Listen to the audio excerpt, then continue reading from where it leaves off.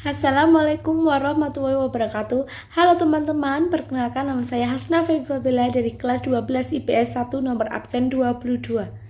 Saya di sini akan mempresentasikan hasil presentasi PPKN bab 1 kasus-kasus pelanggaran hak dan pengingkaran kewajiban warga negara. A. Makna hak dan kewajiban warga negara. Yang pertama adalah hak. Hak adalah segala hal yang benar, milik, kepunyaan, kekuasaan untuk berbuat sesuatu karena telah ditetapkan oleh undang-undang, aturan, dan sebagainya. Kekuasaan yang benar atas sesuatu atau untuk menuntut sesuatu. Derajat atau martabat. Dan yang kedua adalah kewajiban. Kewajiban adalah sesuatu yang diwajibkan, yang harus dilaksanakan, pekerjaan, tugas menurut hukum, segala sesuatu atau menjadi tugas manusia. Yang ketiga, hak warga negara. Hak warga negara adalah segala sesuatu yang harus dilakukan oleh seorang warga negara dengan penuh tanggung jawab dan sesuai dengan peraturan perundang-undangan. Dan yang keempat adalah hak warga negara. Hak warga negara adalah kuasa menerima sesuatu sesuai peraturan dari negara yang berlaku. Yang terakhir atau yang kelima adalah hak asasi manusia. Hak asasi manusia adalah sebuah konsep hukum dan normatif yang menyatakan bahwa manusia memiliki hak yang melekat pada dirinya. Hak yang melekat pada dirinya dan keberadaan manusia sebagai makhluk Tuhan yang Maha Esa dan merupakan anugerahnya yang wajib dihormati dan dijunjung tinggi. Yang B. Substansi hak dan kewajiban warga negara. Substansi hak dan kewajiban warga negara memiliki nilai-nilai dalam Pancasila, yaitu A. Nilai dasar, nilai instrumental, C. Nilai praktis. Untuk yang pertama, nilai dasar. Nilai dasar merupakan cita-cita atau tujuan yang bersifat universal atau menyeluruh. Nilai-nilai dasar Pancasila tersebut meliputi 1. Nilai ketuhanan. Keyakinan bangsa Indonesia terhadap Tuhan sebagai warga yang beragama, maka kita wajib melaksanakan perintah agama dengan melaksanakan ibadahnya. Untuk yang kedua, nilai kemanusiaan yang terlihat dari saling menghargai satu sama lain. Ketiga, nilai kepersatuan. Bersatu adalah salah satu cara agar kita menjadi bangsa yang kuat walaupun suku, budaya, ras, dan agama yang berbeda, kita tetap harus bersatu untuk meraih cita-cita negara. Yang keempat, nilai kerakyatan.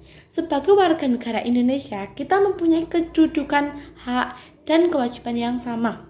Walaupun demikian, memiliki hak masing-masing, sebaiknya juga harus memperhatikan kepentingan bersama. Karena itu masyarakat Indonesia harus melakukan musyawarah sebelum mengambil keputusan. Setelah nilai dasar, untuk yang kedua adalah nilai instrumental.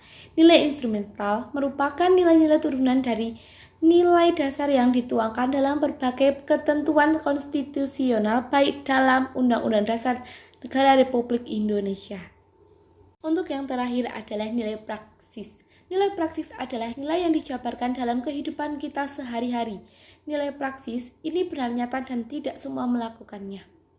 Nilai praksis dari Pancasila selalu berubah-ubah seiring dengan perkembangan zaman dan juga perkembangan dari nilai-nilai instrumental yang menjadi dasarnya.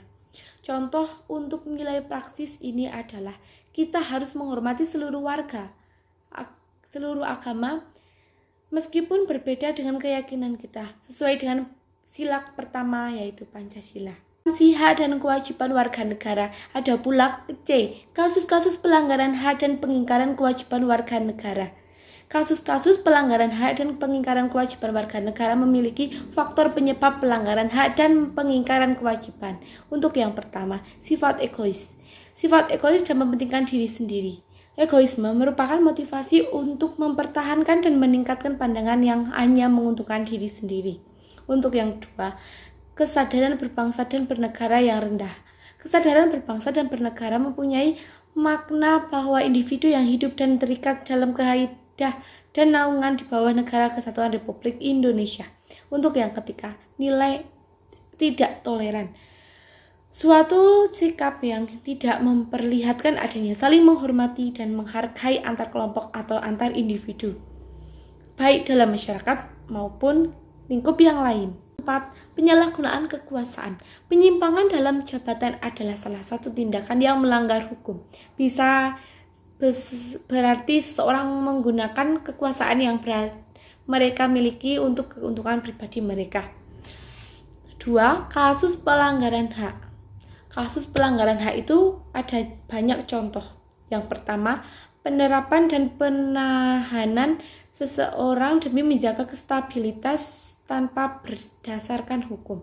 Yang kedua, penerapan budaya kekerasan untuk menindak warga masyarakat yang dianggap ekstrem dan dinilai oleh pemerintah mengganggu stabilitas keamanan yang akan membahayakan kelangsungan pembangunan. 3. Pembungkaman kebebasan pers dengan cara mencabut SIIUP atau Surat Izin Usaha Penerbitan Pers.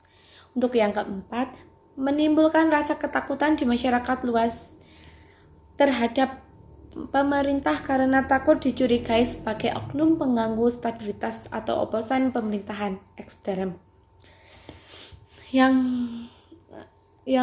selanjutnya, kasus pengingkaran kewajiban. Kasus pengingkaran kewajiban adalah pengingkaran kewajiban terjadi ketika seseorang yang telah diberi kewajiban sebagai mana mestinya. Contohnya, pengingkaran kewajiban membayar pajak, padahal pajak dipungut pemerintah berdasarkan norma-norma hukum untuk menutup biaya produksi barang dan jasa kolektif demi mencapai kesejahteraan umum. Selain kasus-kasus pelanggaran hak dan penyimpangan kewajiban kewarganegaraan, ada juga penanganan pelanggaran hak dan pengingkaran kewajiban. A. Upaya pemerintah. Upaya pemerintah dibagi menjadi dua cara. Yang pertama adalah cara preventif. Adalah upaya yang dilakukan untuk mencegah terjadinya pengingkaran kewajiban sebelum pengingkaran kewajiban itu terjadi. Contohnya, proses pendidikan, tulisan, spanduk, dan iklan layanan masyarakat. Untuk yang kedua, cara represif. Suatu tindakan aktif yang dilakukan pihak berwajib pada saat pengingkaran kewajiban terjadi agar pengingkaran itu tidak terulang kembali. Contoh dengan memperlakukan denda bagi mereka yang parkir di jalan umum, tidak pada tempat parkir yang ditentukan. Yang selanjutnya, membangun partisipasi masyarakat dalam pencegahan terjadinya pelanggaran hak dan pengingkaran kewajiban. Yang pertama, bertuhan. Artinya, warga negara yang menempatkan Tuhan sebagai kekuasaan tertinggi sebagai maha pencipta kuasa prima dengan wujud sikap sebagai umat yang beragama dan beriman. Yang kedua, cara pandang nasional. Artinya, pemikiran dan perilaku setiap warga negara berpedoman pada ideologi kebangsaan atau nasionalisme. Yang ketiga, bersifat besar atau berjiwa besar. Artinya, warga negara tidak mengedepankan kepentingan pribadi atau golongan, tetapi memperhatikan kepentingan umum. Untuk yang keempat, berjiwa integritas. Artinya, warga negara selalu menjaga persatuan dan kesatuan bangsa dan selalu mengingatkan orang yang merongsong kesatuan bangsa Indonesia atau patriotisme. Ya, semoga kalian semua paham dengan presentasi PPKN hari ini yang bab 1. Terima kasih. Wassalamualaikum warahmatullahi wabarakatuh.